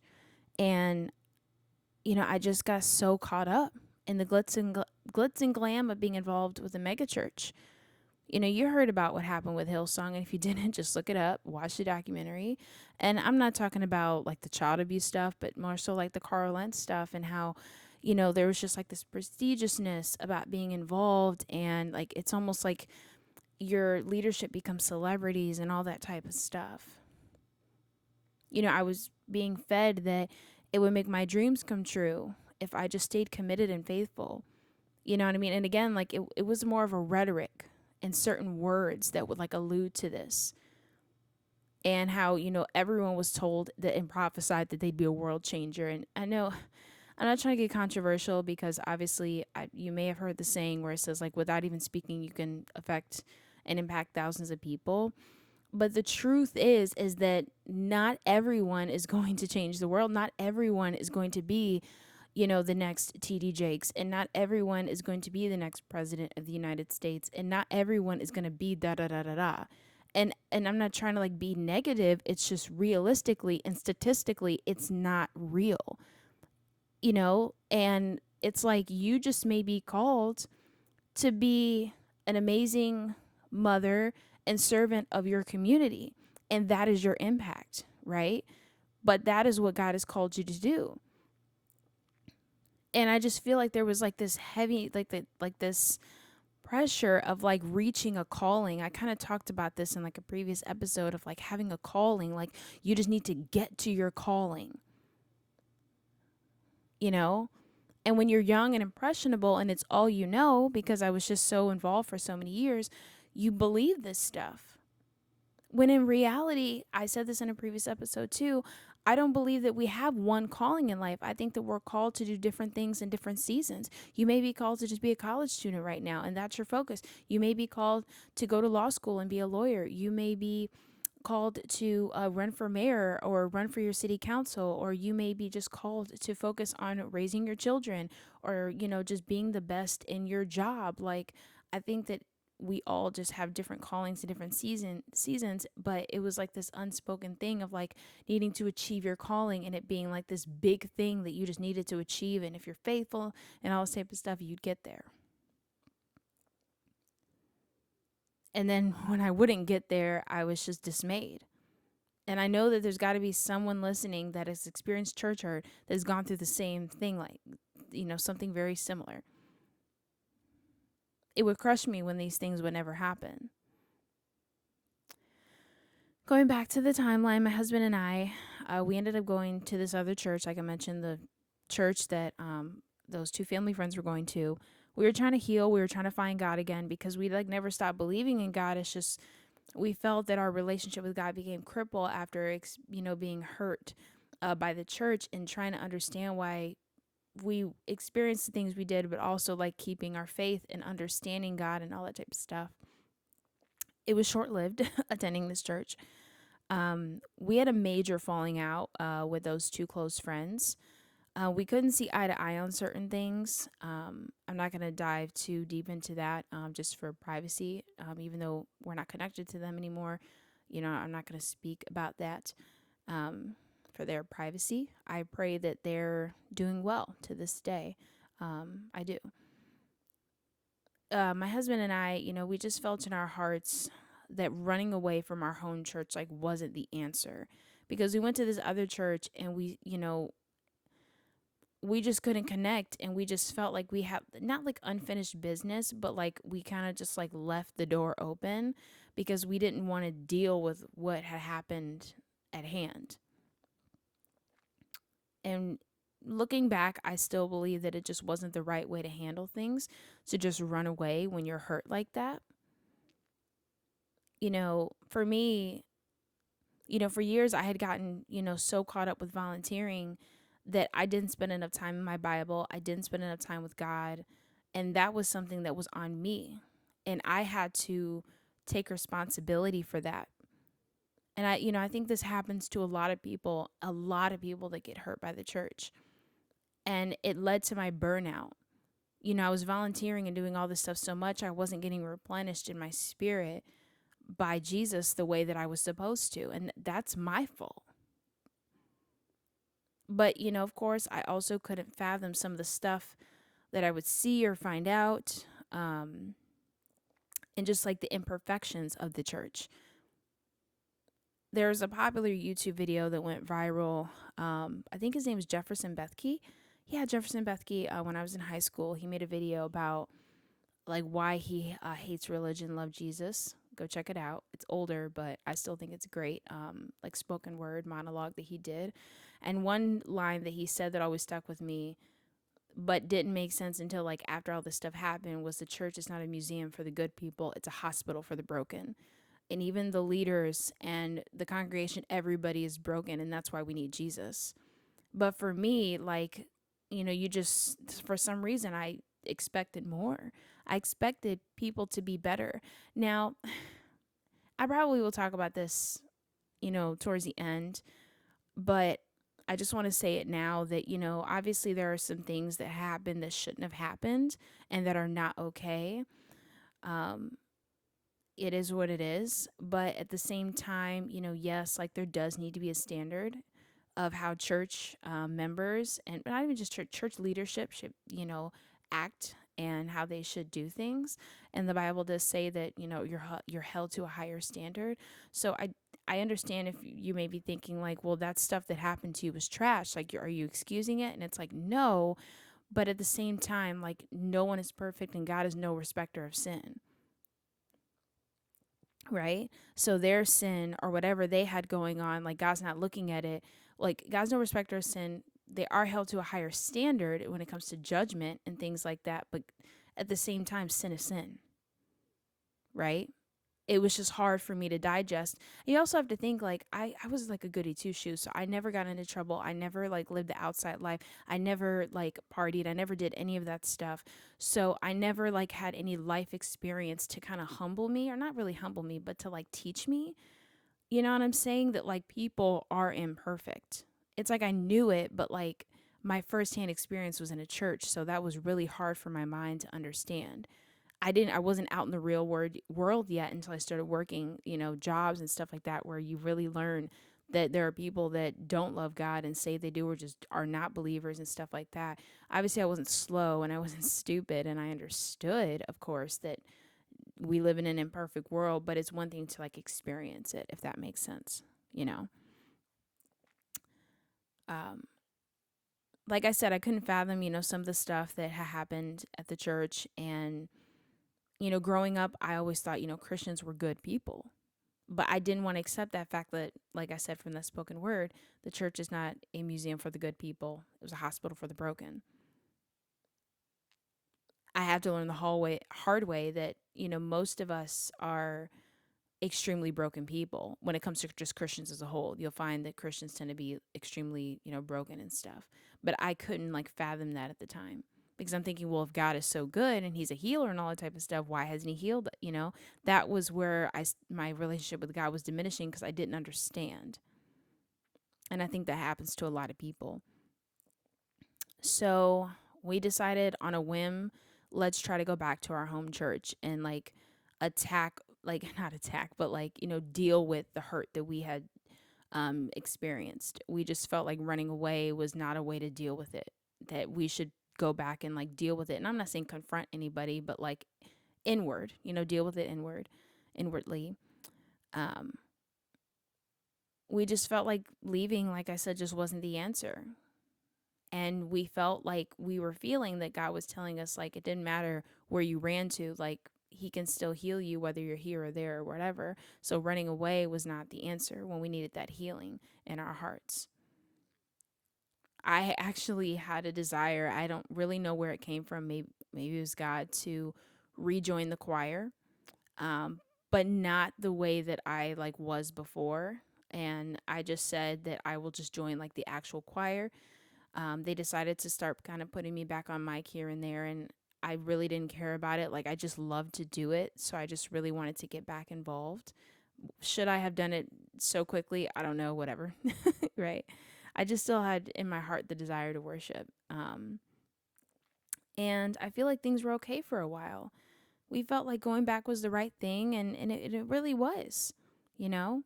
And when we went back, we really had a different perspective. We decided to forgive those who we needed to forgive, and we're like, let's just move on. you know we had to learn the hard way that no church is perfect, and like I said, it's full of broken people, and broken people do broken things. And while that was hard to digest at one point in our lives, we had to accept it, because we knew that we weren't perfect and we had struggles and we had issues. So how are we going to sit here and judge somebody else and judge them when we knew that we weren't perfect by any means, and that we knew like it was on us that we didn't, I'm just going to speak for myself, that I didn't continue my relationship with God the way I should have. That's on me. And I knew that I had to take that accountability, and I had to own up to that and repent in my own way. So you may be like, That's it. That's the end of the story. You guys just you went through all that just to go back to your church. I wish I could say that the story's over. I wish I could, but far from over. Okay. All of those years of volunteering, I became a robot. Um, just going through the motions. Go to school, then church, sleep, eat, you know, go to work, then church, sleep, eat, or eat, sleep, whatever. Just over and over and over and over and over and over and over again. There was no growth happening in me. There was no developing of my relationship with God. It's like I believed in God. I love to be, I love to worship on stage. I love to be involved. God, you're good. I'm going to say a prayer before I go to sleep. And, I'm going to wake up and thank God for the day. But there was no like developing and like actually going deeper with the Lord. I was too busy. That's no excuse, but like I was really busy. And I'm not trying to, again, make an excuse, but there's just so much going on. And, I started thinking about it more like, was there anything that could have helped me?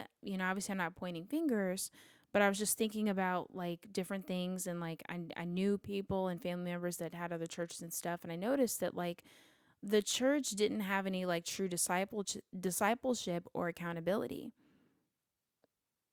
And remember when I talked about how like there were leaders that were like completely in unrepentant sin and just living lives opposite of the Bible, but they could still be on stage and do whatever. That was one of the things that bothered me. And I look back and I'm like, well, maybe there should have been like better mentorship and discipleship, because I could be a totally terrible person and be on stage and nobody cared. There was no accountability in the church at all. And that a lot of churches deal with that.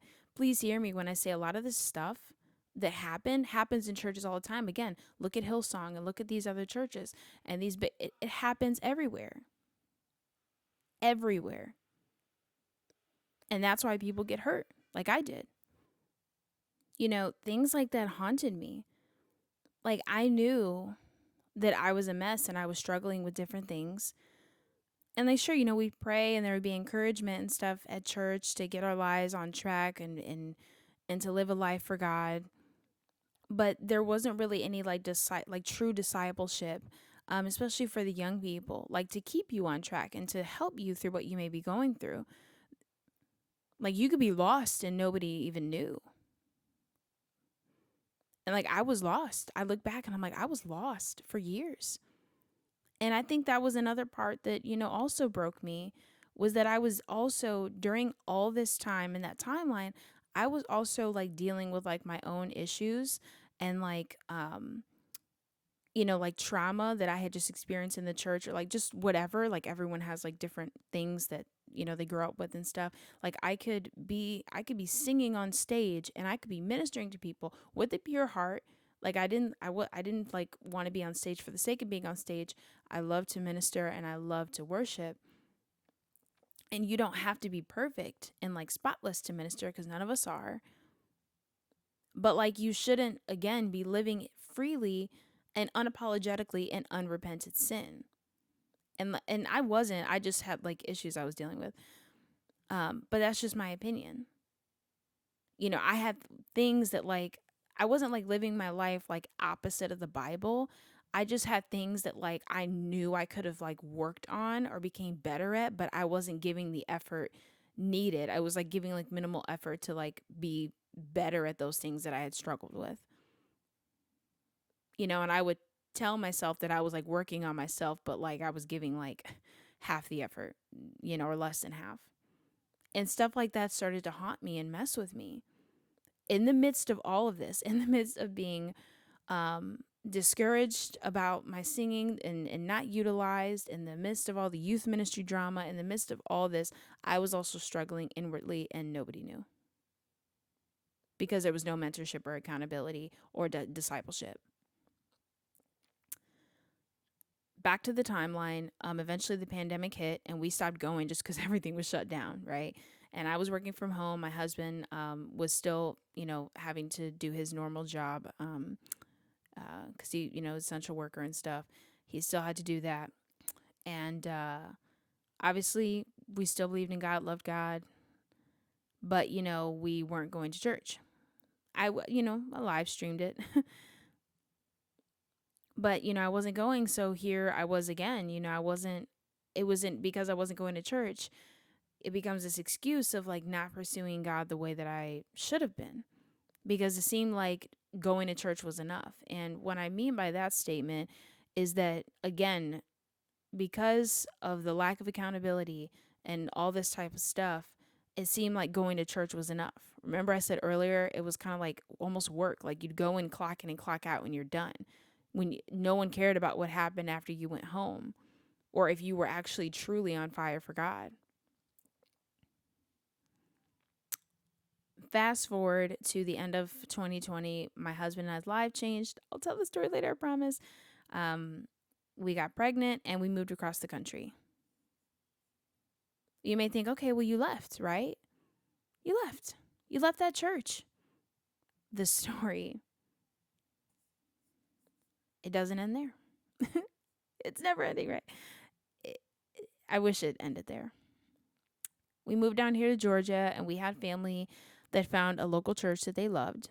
It took like several months, like after our son was born, to like even step back into church, just because of just being the busyness of like new parents and stuff. The truth is that we were still scarred. We still had trust issues. And this happens to a lot of people. They don't really deal with the issue at hand. But do you really want to know the truth? I still do.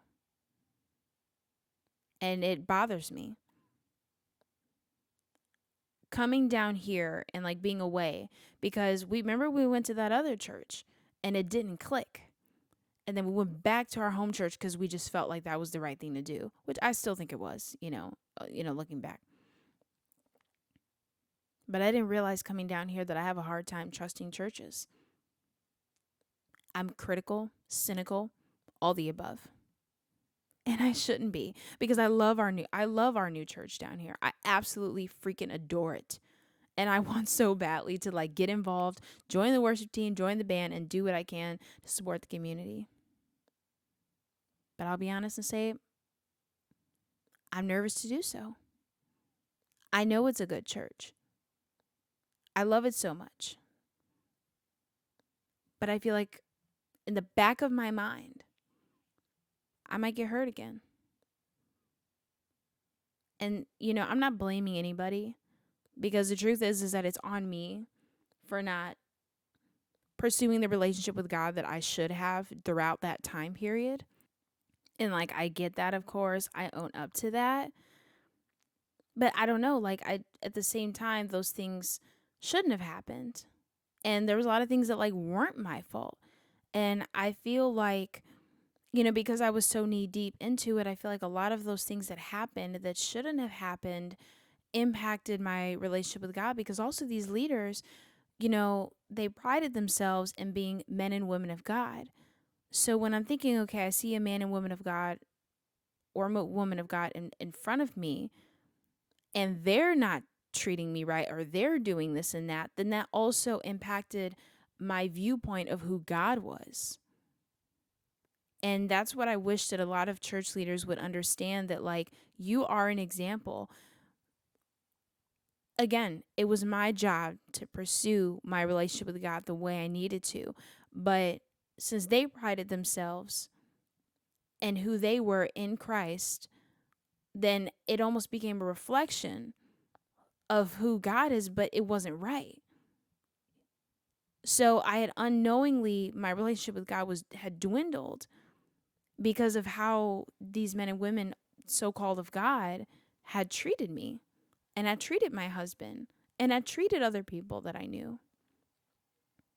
And, thinking about this, especially now, because we did move away and like we are away, and when we moved, like there was no anguish or anything like that, obviously, because we had went back.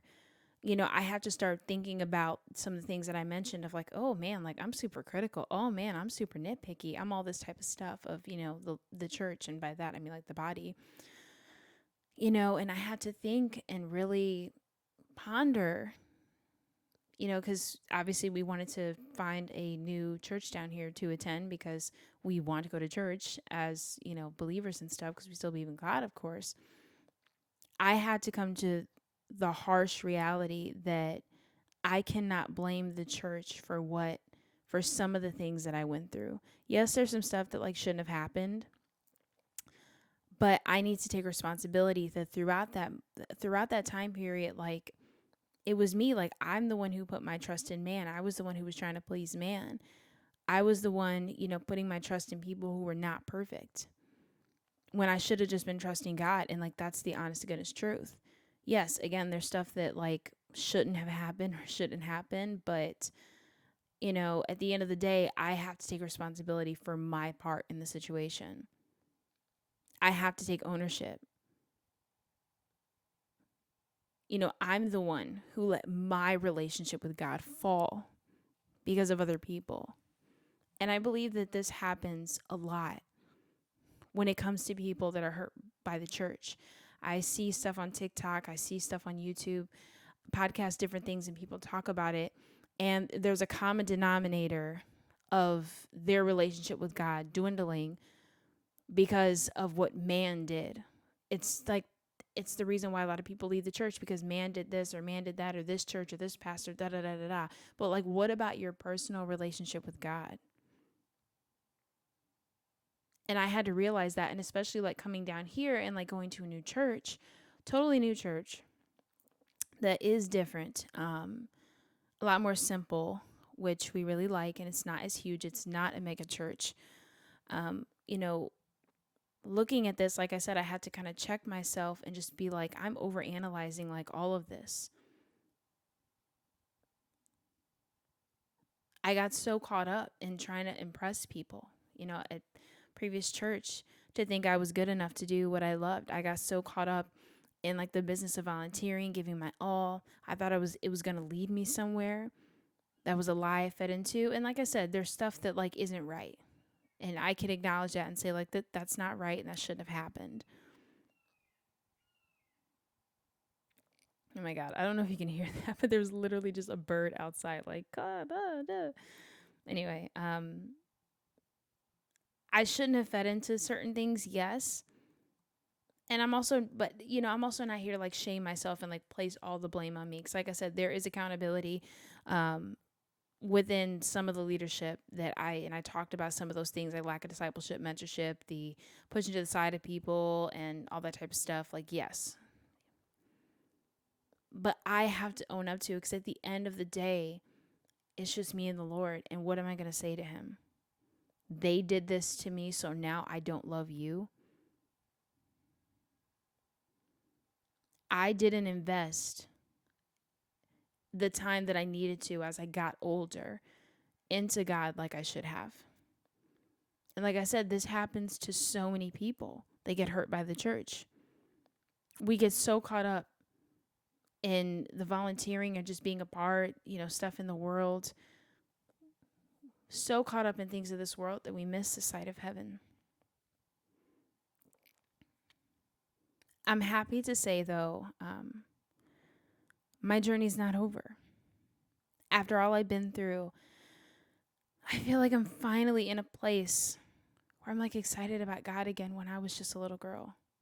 Because for years, like when you're knee deep into volunteering and it's all related to God, it just kind of seems like work, which is terrible to say, but I know that if you're out there and have been through this, I think you can totally understand what I mean by that.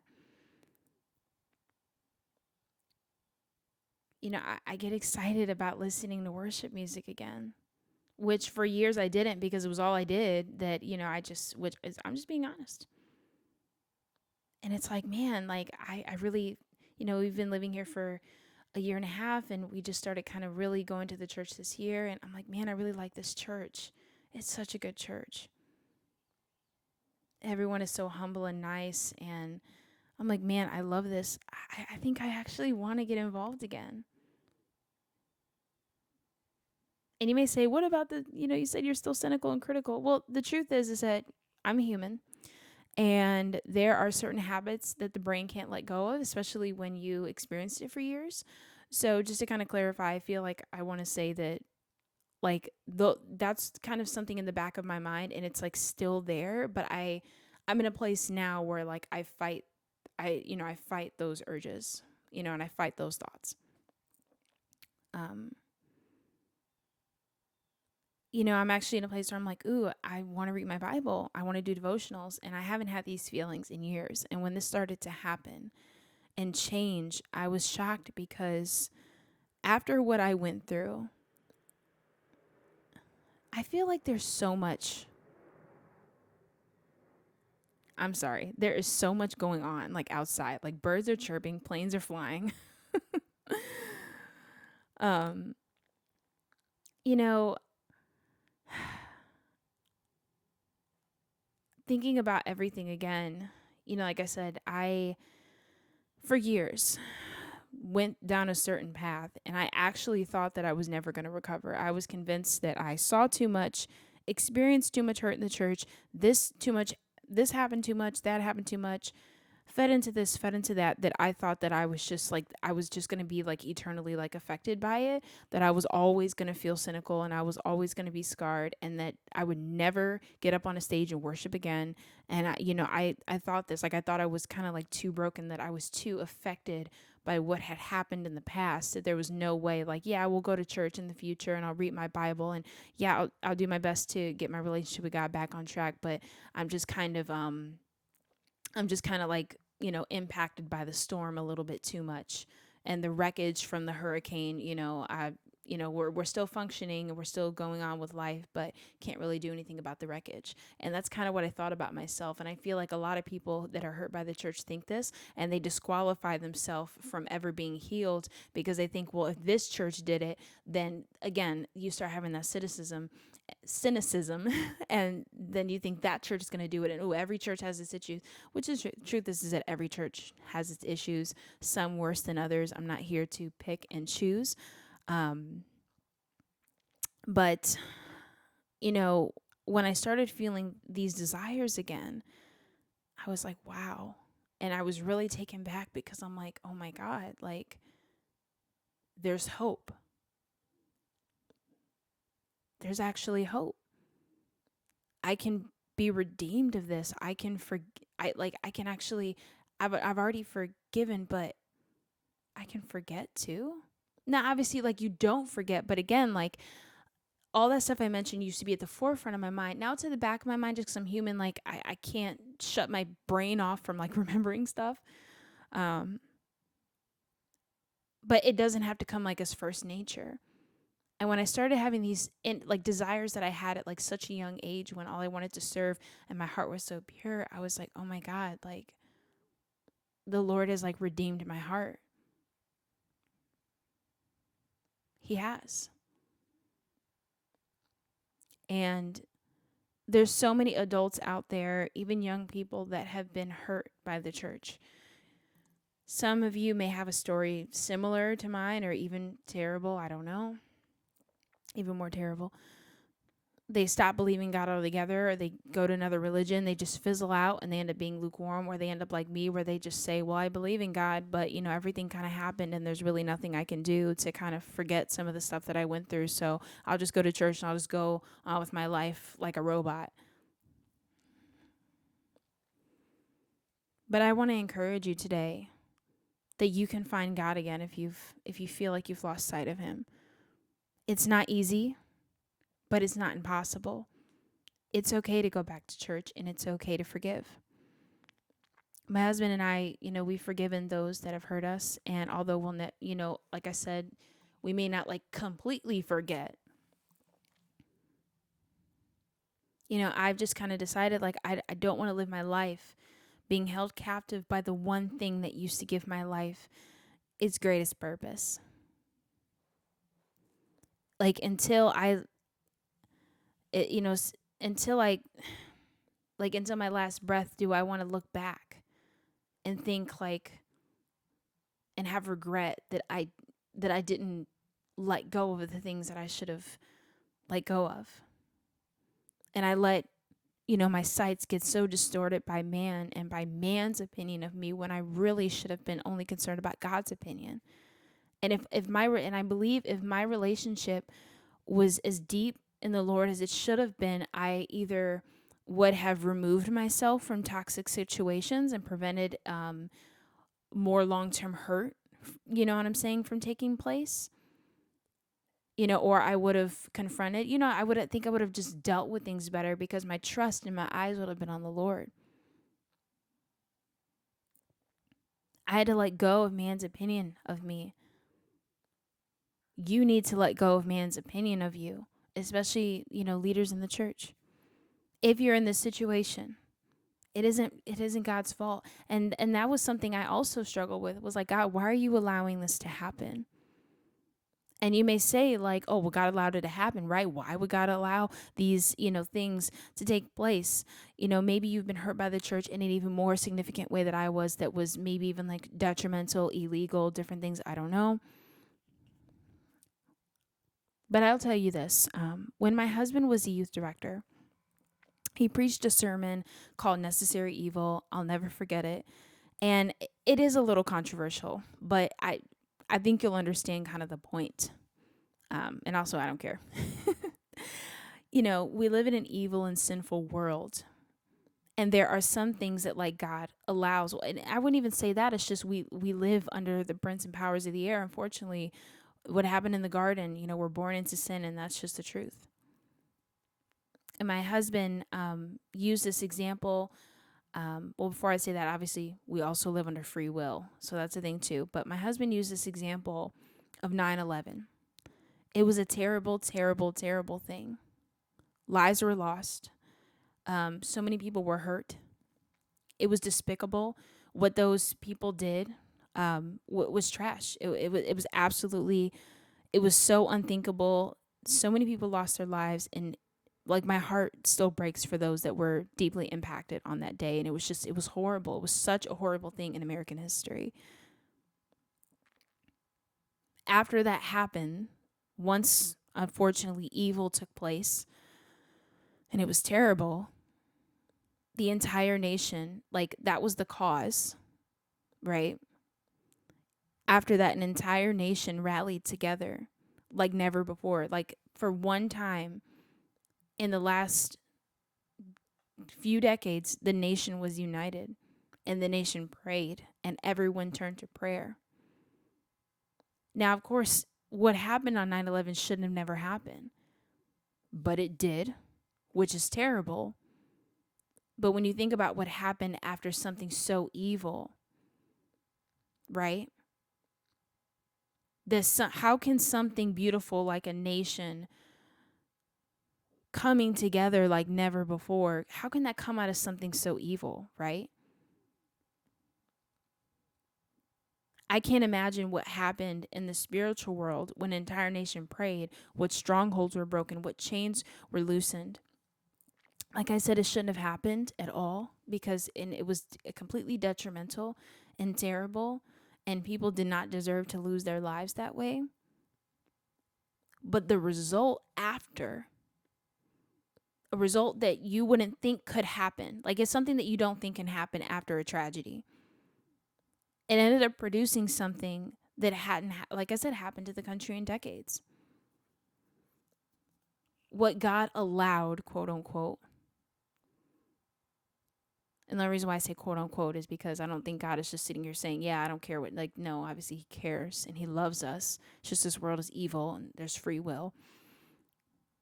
What God allowed to happen to me has molded me and shaped me to truly be someone after his own heart. I grew up associating God so much with church and what I did at church, which obviously is a given. And what you think that was a good thing, right? But it wasn't like God was God over my life. He was God over my life, in, like, involving church, if that makes any sense. But in reality, like I said, I should have put more effort into having a relationship with him, no matter what was going on at the church. Now, like I said, I'm in a place where I finally got away from everything. And obviously, ever since my son was born, I prayed, and I told God I wanted to get closer to him again. I missed it. I wanted it back. You have to pray and you have to seek that. It wasn't anything crazy. It was just a simple prayer. A simple prayer.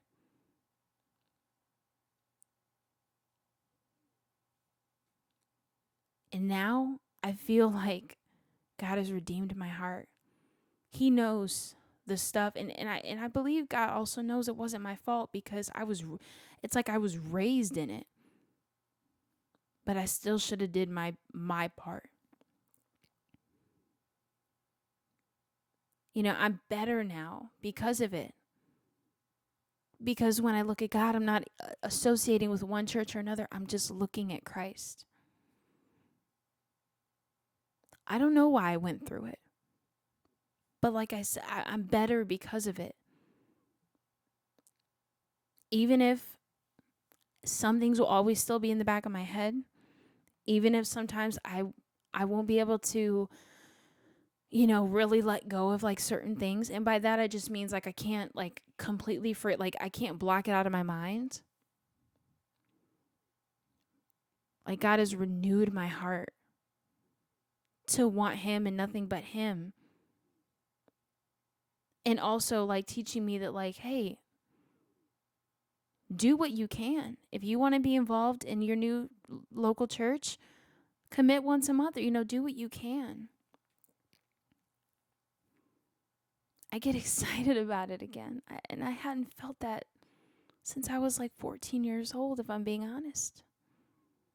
I was on fire, sure, but that pureness and that innocence of just wanting to please God without pleasing man, I hadn't felt that in years. So I just want to encourage whoever's listening to this podcast. If you've been burned by the church, let's say it was years ago, decades, I don't know. You need to circle back to the source. That's what I had to do. And it wasn't easy. And like I said, my story is still being written. And you may say, like, what about your new church? You said you're nervous and all this type of stuff. Well, like I said, we're not perfect.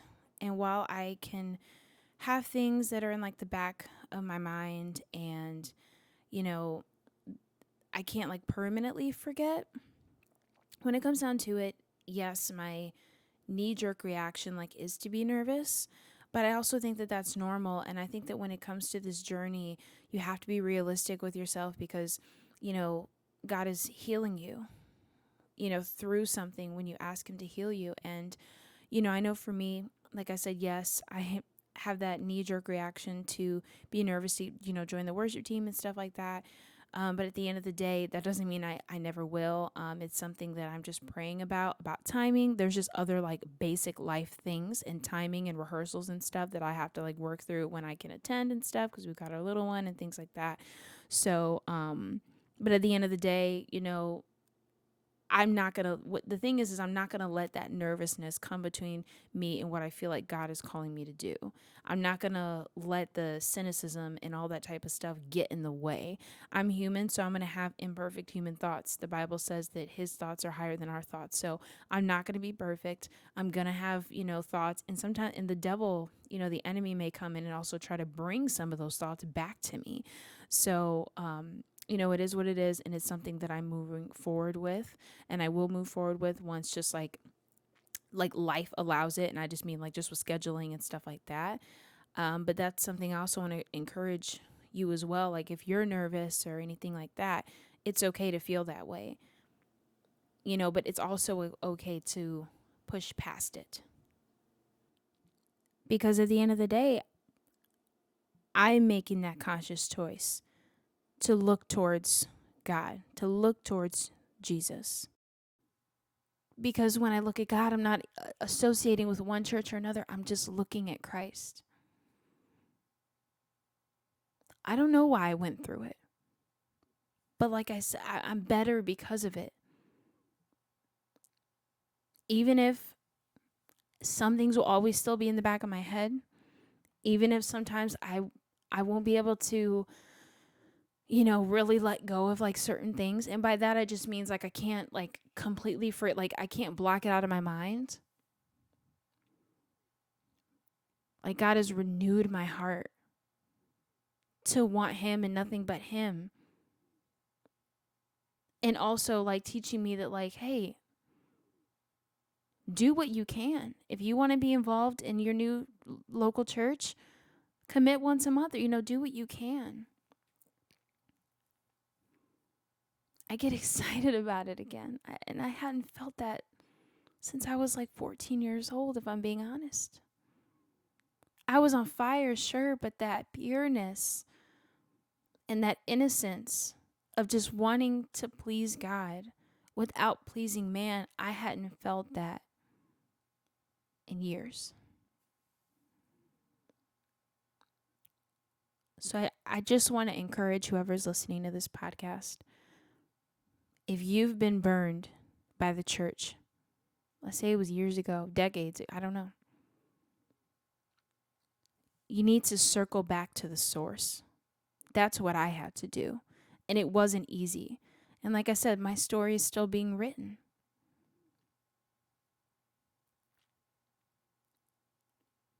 I don't want being cynical about the church to stop me from loving God the way that I should.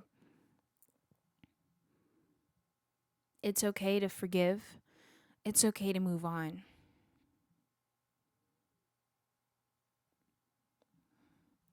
Like I said, I feel like there's so many people out there that get burned by the church that they church hop.